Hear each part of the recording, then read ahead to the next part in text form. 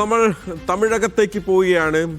അവിടെ യാറാ മുതൽവൻ യാറ്, അത് ഇന്ത ആള് എന്ന് പറയേണ്ടി വരും, വിജയ്.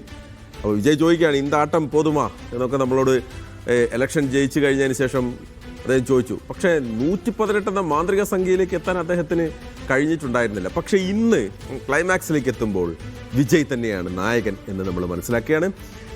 118 എന്ന് പറയുന്ന മാന്ത്രിക സംഖ്യ, അതായത് കേവല ഭൂരിപക്ഷം അദ്ദേഹത്തിന് തെളിയിക്കാൻ സാധിച്ചിട്ടുണ്ട് എന്നാണ് ഒടുവിൽ മനസ്സിലാക്കുന്നത്. അതിൽ ഏറ്റക്കുറച്ചിലുകൾ ഉണ്ടാകാം എന്നുള്ളത് നമ്മൾ കണക്കാക്കുകയാണ്. അപ്പോൾ എന്താണ് ബാക്കിയുള്ള കാര്യങ്ങൾ എന്ന് നോക്കാം. ഇടത് പാർട്ടികളുടെ പിന്തുണയാണ് ഇന്നിപ്പോൾ വളരെ നിർണായകമായത്. CPM-ഉം CPI-യും വിജയ്ക്ക് പിന്തുണ കൊടുത്തു. അവരോട് നന്ദി പറയാൻ വിജയ് അവരുടെ ഓഫീസിലെത്തുന്ന ദൃശ്യങ്ങളും നമ്മളിന്ന് കണ്ടു. ഗവർണറോട് MK സ്റ്റാലിൻ ഇന്ന് ഗവർണറോട് പറയുന്നുണ്ടായിരുന്നു, ജനാധിപത്യം എത്രയും പെട്ടെന്ന് സർക്കാർ ഉണ്ടാക്കാനുള്ള അനുമതി കൊടുക്കണം എന്നാവശ്യപ്പെട്ട് സ്റ്റാലിൻ്റെ ഒരു കുറിപ്പും നമ്മൾ ഇന്ന് കണ്ടു. പക്ഷേ ഈ കോൺഗ്രസ് TVKക്ക് പിന്തുണ കൊടുത്തപ്പോൾ ഇന്ത്യ സഖ്യത്തിന് അത് വലിയ ഉലച്ചിലുണ്ടായിട്ടുണ്ട്. ഇന്നിപ്പോൾ ഇന്ത്യ സഖ്യം വിടാനുള്ളൊരു തീരുമാനം DMK എടുക്കാൻ പോകുന്നു എന്നുള്ളതാണ് നമുക്ക് ഈ ഒരു പശ്ചാത്തലത്തിൽ പറയാനുള്ളത്.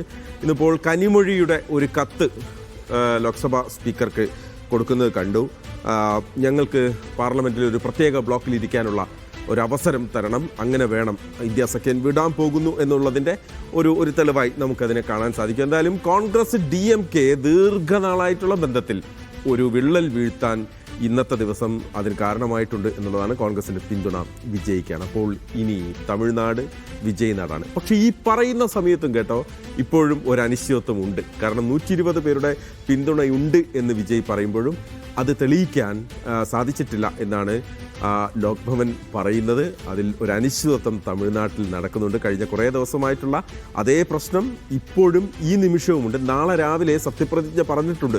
11 മണിക്ക് ജവഹർലാൽ നെഹ്റു ഇൻഡോർ സ്റ്റേഡിയത്തിൽ ചെന്നൈയിൽ വിജയുടെ സത്യപ്രതിജ്ഞ പറഞ്ഞിട്ടുണ്ട്. പക്ഷേ അത് നടക്കുമോ എന്നുള്ളത് കാര്യത്തിൽ ഇപ്പോഴും ഒരു പൂർണ്ണ വിശ്വാസത്തിൽ നമുക്കത് പറയാൻ സാധിക്കുന്ന ഒരു സാഹചര്യമില്ല. എന്തായാലും വിജയ് മുഖ്യമന്ത്രിയാകും എന്നുള്ള കാര്യത്തിൽ നിലവിൽ സംശയങ്ങളൊന്നുമില്ല. പക്ഷെ അതെങ്ങനെ, ആരുമായി ചേർന്ന് എന്നുള്ളതാണ് നമ്മൾ നോക്കുന്നത്. ഓക്കെ, നമുക്ക് നോക്കാം വിശദമായി. സൈഫുള്ള നമുക്കിപ്പം ന്യൂസ് ഡെസ്കിൽ നിന്ന് ചേരുകയാണ്. സൈഫുള്ള, കഴിഞ്ഞ കുറച്ച് ദിവസമായിട്ട് തമിഴ്നാട് രാഷ്ട്രീയം വീക്ഷിക്കുമ്പോൾ നമുക്കറിയാം DMK-യും ADMK-യും തമ്മിലുള്ള സഖ്യം വരെ ഉണ്ടാകാനുള്ള സാധ്യതയുണ്ട് എന്നുള്ള നിഗമനങ്ങളൊക്കെ ഉണ്ടായിരുന്നു. പക്ഷേ ഒടുവിൽ വിജയുടെ പേരിലേക്ക് തന്നെ കാര്യങ്ങൾ വരുന്നു. വിജയ് മുഖ്യമന്ത്രിയാകാൻ പോകുന്നു എന്നുള്ളതാണ്. സത്യപ്രതിജ്ഞ പ്രഖ്യാപിച്ചിട്ടുണ്ട്, പക്ഷേ അത് നടക്കാനുള്ള സാധ്യത എത്രത്തോളം ഉണ്ട് എന്നുള്ളത് ഒരു കാര്യം. അതോടൊപ്പം തന്നെ ഏത് തരത്തിലാണ് 118 എന്നുള്ള മാന്ത്രിക സംഖ്യയിലേക്ക് വിജയ് എത്തിയത്? മഹേഷ്, കഥ ക്ലൈമാക്സിൽ എത്തിയിട്ടും സസ്പെൻസ് തീർന്നിട്ടില്ല എന്നുള്ളതാണ്. 118 എന്ന സംഖ്യയിലെത്തി നാളെ സത്യപ്രതിജ്ഞാ ചടങ്ങ് നടത്തേണ്ട ഒരുക്കങ്ങൾ TVK പ്രവർത്തകർ ചെന്നൈ ജവഹർലാൽ നെഹ്റു ഇൻഡോർ സ്റ്റേഡിയത്തിൽ നടത്തിക്കൊണ്ടിരിക്കുകയാണ്. അതിനിടയിലാണ് ലോക് ഭവന്റെ മറ്റൊരു അറിയിപ്പ്, കേവല ഭൂരിപക്ഷത്തിലേക്ക് എത്താൻ TVKക്ക് ഇപ്പോഴും സാധിച്ചിട്ടില്ല എന്ന്. TVK പറയുന്നത് 120 എന്ന സംഖ്യയിലേക്ക് കേവല ഭൂരിപക്ഷവും കഴിഞ്ഞ് എത്തിയിട്ടുണ്ട് എന്നുള്ളതാണ്. പക്ഷേ ഈ 120 എന്ന കണക്ക് പറയുന്നത് കോൺഗ്രസിൻ്റെത് കൂടാതെ CPM, CPI, VCK അതുപോലെ ലീഗ് എന്നീ പാർട്ടികളുടേതാണ്. പക്ഷേ ലീഗിൻ്റെ കാര്യത്തിൽ ഇപ്പോഴും അനിശ്ചിതത്വം തുടരുകയാണ്. ലീഗ് ഔദ്യോഗിക ഫേസ്ബുക്ക് പേജിലൂടെ ഒരു കുറിപ്പ് ഇട്ടിട്ടുണ്ട്. അതിൽ പറയുന്നത് തങ്ങൾ DMK-യുടെ കൂടെ തുടരും എന്നുള്ളതാണ്. ആരുമായിട്ടും ഒരു പിന്തുണയോ അല്ലെങ്കിൽ ബന്ധമോ പുതിയൊരു ബന്ധമോ തുടരുന്നില്ല എന്നാണ് ലീഗ് പറയുന്നത്. അതുകൊണ്ട് തന്നെ ആ കാര്യത്തിൽ ഒരു അനിശ്ചിതത്വം നിലനിൽക്കുന്നുണ്ട്. പക്ഷേ അതില്ലെങ്കിലും, ലീഗിൻ്റെ 2 സീറ്റ് ഇല്ലെങ്കിലും പോലും 118 എന്ന സംഖ്യയിലെത്താൻ വേണ്ടി TVKക്ക് സാധിച്ചിട്ടുണ്ട്. ഒരു ഉപാധിയും ഇല്ലാതെയാണ് ഇടത് പാർട്ടികൾ TVKക്ക് പിന്തുണ കൊടുക്കുന്നത്. അതിനൊരൊറ്റ കാരണമേ ഉള്ളൂ, തമിഴ്നാട്ടിൽ BJPയെ അകറ്റി നിർത്തുക. BJPയെ മാത്രമല്ല, BJPയുമായി സഖ്യമുള്ള എല്ലാ പാർട്ടികളെയും NDA മുന്നണിയെ തന്നെ മാറ്റി നിർത്തുക. ആ ഒരൊറ്റ ലക്ഷ്യം വെച്ചാണ് മന്ത്രിസ്ഥാനം പോലും വേണ്ട എന്ന് വെച്ച് TVKക്ക് പിന്തുണ കൊടുക്കുന്നത്. അങ്ങനെ ഇരിക്കുമ്പോഴും ഒരു കൗതുകം എന്തെന്നാൽ DMK-യുടെ ഭാഗമാണ് ഇപ്പോഴും CPM-ഉം CPI-യും. പക്ഷേ സഭയിലേക്ക് എത്തുമ്പോൾ, വോട്ടെടുപ്പ് വരുമ്പോൾ വിജയ്ക്ക് വോട്ട് നൽകും. അങ്ങനെ വിജയ് മുഖ്യമന്ത്രിയാവും. പക്ഷേ പ്രതിപക്ഷ പാർട്ടിയുടെ കൂടെയാണ് ഇരുവരും നിൽക്കും എന്ന് പറയുന്നത്.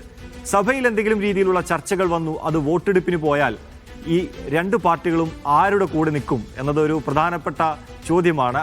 ആ ഒരു കാര്യത്തിൽ വിജയുടെ കൂടെ നിൽക്കുമോ, അല്ലെങ്കിൽ പ്രതിപക്ഷ പാർട്ടിയുടെ കൂടെ നിൽക്കുമോ, അല്ലെങ്കിൽ ഈ രണ്ട് പാർട്ടികൾക്കിടയിൽ ഒരു പാലമായി നിൽക്കുമോ എന്നത് ഒരു ചോദ്യചിഹ്നമായി നിലനിൽക്കുന്നുണ്ട്.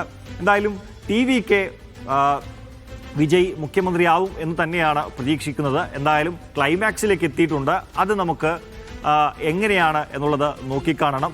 സർപ്രൈസ് ഇനിയും തുടരുമോ? നാളെ രാവിലെയെങ്കിലും ഈ കാര്യത്തിൽ ഒരു കൃത്യമായ തീരുമാനം എത്തുമോ എന്നതാണ് ഇനി നോക്കിക്കാണേണ്ടത്. മഹേഷ്, യെസ്, അതാണ് ചില തമിഴ് സിനിമകൾ നമുക്ക് ഓർമ്മ വരികയാണ്. ചില തമിഴ് സിനിമയിൽ നമ്മൾ വിചാരിക്കും കഥ ഇവിടെ തീർന്നു, നായകൻ വളരെ ഈസി ആയിട്ട് മുന്നോട്ട് പോകും എന്ന് വിചാരിക്കുന്ന സമയത്ത് അപ്രതീക്ഷിതമായി എന്തെങ്കിലും വരും. നായകൻ അതുകൂടി മറികടക്കേണ്ട ഒരു സമയമുണ്ട്.